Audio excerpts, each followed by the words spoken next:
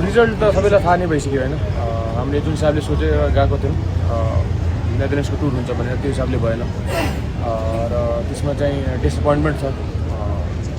त्यो बाहेक चाहिँ अब भनौँ नेक्स्ट टुरमा फोकस हुन्छ र लास्ट टुर अब त्यो सोचे जस्तो भएन। अब मुभिङ अन नेक्स्ट वान अब त्यसमा चाहिँ बेस्ट दिनु पऱ्यो।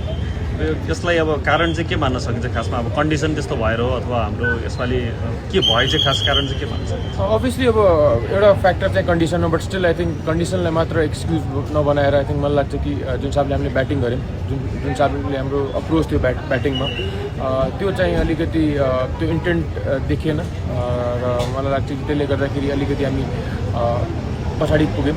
किनभने एज अ बलिङ युनिट मलाई हामी डिसेन्ट थियौँ थ्रु आउट द टुर्नामेन्ट र ब्याटिङ र फिल्डिङमा पनि किनभने जुन स्ट्यान्डर्डको हाम्रो फिल्डिङ छ त्यो स्ट्यान्डर्डको फिल्डिङ यो टुर्नामेन्टमा गरेर एउटा म्याचमा 2-3 मेन क्याचेसहरू छोड्यौँ भने प्लस त्यही ब्याट्सम्यानले भनौँ म्यान अफ म्याच लिएर जान्छ 70-80 हानेर भने अभियसली त्यो भनौँ फिल्डिङले पनि त्यो एकदम ठुलो फ्याक्टर प्ले गर्छ गेममा। सो मलाई लाग्छ कि 4वटै गेममा ब्याटिङ प्लस फिल्डिङ हाम्रो बिलो पार थियो र त्यो चाहिँ इम्प्रुभ गर्न एकदम जरुरी छ। अब अगाडि चाहिँ अब यो सिरिज पछि चाहिँ हामीले धेरै अपेक्षा गरेको थियो भने कम्ती पनि 1-2टा भएको भए पनि धेरै फरक पर्न सक्थ्यो। अगाडि यो प्रदर्शनपछि कतिको असर गर्छ जस्तो लाग्छ अगाडि? अभियसली अब पोइन्ट्स टेबलमा धेरै असर गर्छ यो भनौँ 4वटा रिजल्टले, किनभने हामी अहिले 6th पोजिसनमा छौँ। बट स्टिल मलाई लाग्छ कि अब 5th भएको भए झन् बेटर हुन्थ्यो, किनभने 2टा गेम जितेको हामी 5th हुन्थ्यौँ र बट स्टिल अब लास्ट टुर छ ओमानको, त्यसमा चाहिँ राम्रो रिजल्ट लिएर आयो भने ओडिआई स्ट्याटस रिटेन गर्न सक्यौँ भने मलाई लाग्छ कि एकदमै राम्रो हुन्छ नेपाल क्रिकेटको लागि र अल्टिमेटली त्यही गोल हो हाम्रो। हाम्रो जुन ब्याटिङमा चाहिँ जसरी हामीले आशा गरेका थियौँ यसमा चाहिँ आउनै सकेन, यसमा के रिजन?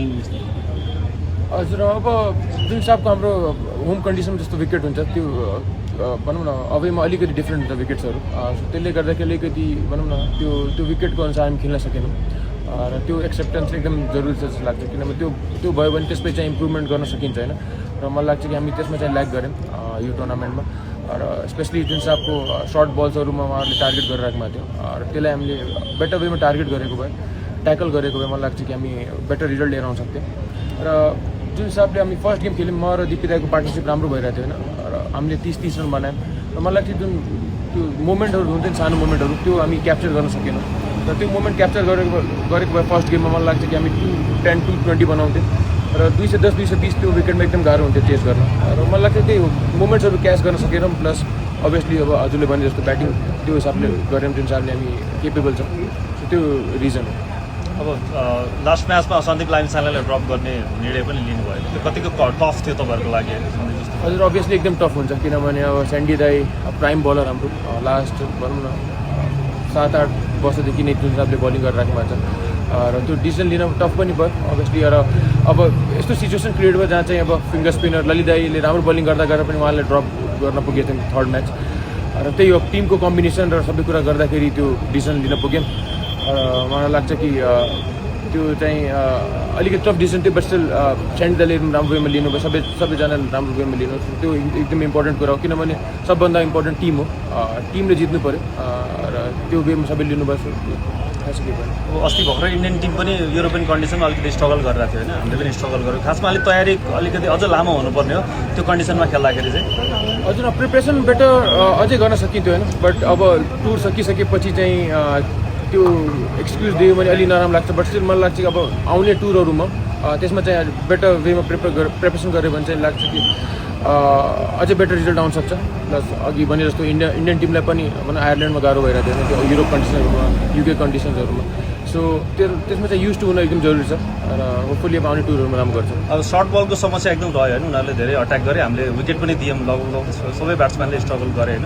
प्लस ग्राउन्ड पनि अलिकति ठुलो पनि थियो, रन बनाउन एकदम गाह्रो थियो, रनिङ आउटफिट पनि स्लो थियो, यो सबै खालको हिसाबले चाहिँ एकदम गाह्रो भएन हामीलाई? हजुर एक हिसाबले गाह्रो थियो, बट स्टिल अब इन्टरनेसनल क्रिकेट खेलिरहेको छौँ भने हामी त्यो सबै कुरालाई एक्सेप्ट गरेर त्यो च्यालेन्जलाई एक्सेप्ट गरेर खेल्नु एकदम जरुरी छ, किनभने अपोनेन्ट टिम पनि त्यही खेलिरहेछ होइन र अब सर्ट बल फाल्दैमा अब आउट हुने भन्ने कुरा हुँदैन एज अ ब्याट्सम्यान होइन, त्यसलाई कसरी ट्याकल गर्ने र मलाई लाग्छ त्यहाँ चाहिँ मेन्टली अलि माइन्डसेट अलिकति स्ट्रङ भयो भने मलाई लाग्छ सबै कुरो ट्याकल गर्न सकिन्छ होइन। त्यसमा चाहिँ अलिकति हामी पछाडि पऱ्यौँ, त्यो चाहिँ एक्सेप्ट गर्न एकदम जरुरी छ एज अ ब्याटिङ युनिट र अब त्यही अब त्यो पर्टिकुलर एरियालाई लिएर अब वर्कआउट गर्नुपर्छ आउने टुरहरूमा र त्यसलाई कसरी ट्याकल गर्ने कसरी बेटर वेमा बेटर रिजल्ट लिएर आउन सकिन्छ त्यो सोच्ने र आगामी दिनमा अझै राम्रो प्रदर्शन गर्ने। नेक्स्ट अब नेपाल टिमको लागि टप 8 सिरिज नै छ होइन, अब हामी त्यसको लागि के छ तयारी गर्छौँ अथवा उतै जान्छौँ चाँडै नै? हजुर अहिलेसम्म फिक्स भएको छैन, टप एन्ड हो कि एसिसी प्रिमियरको भयो अहिलेसम्म केही पनि अब भन्नुभएको छैन। सो होपफुली अब आउने 3-4 दिनमा थाहा हुन्छ। नेपाली फ्यानहरू चाहिँ अलिकति निराश नै छन् होइन, उहाँहरूलाई चाहिँ के सन्देश दिन चाहनुहुन्छ? अभियसली किनभने जुन हिसाबले उहाँहरूले अब जित्दाखेरि जति माया गर्नुहुन्छ अब हार्दाखेरि अब हामीले पनि त्यो कुरालाई स्वीकार्नुपर्छ, किनभने अब जहिले पनि भनौँ न हामीलाई ब्याक गर्नु जुन सिचुएसनमा पनि र जुन हिसाबको उहाँहरूको एक्सपेक्टेसन त्यो हामीले मिट गर्न सकेनौँ र हामी पनि एकदम डिसअपोइन्टेड छौँ। हजुरहरूभन्दा पनि हामी डिसअपोइन्टेड छौँ र होपफुली आउने नेक्स्ट सिरिजमा एकदमै राम्रो अझै मेहनत गरेर बेटर रिजल्ट दिन्छौँ।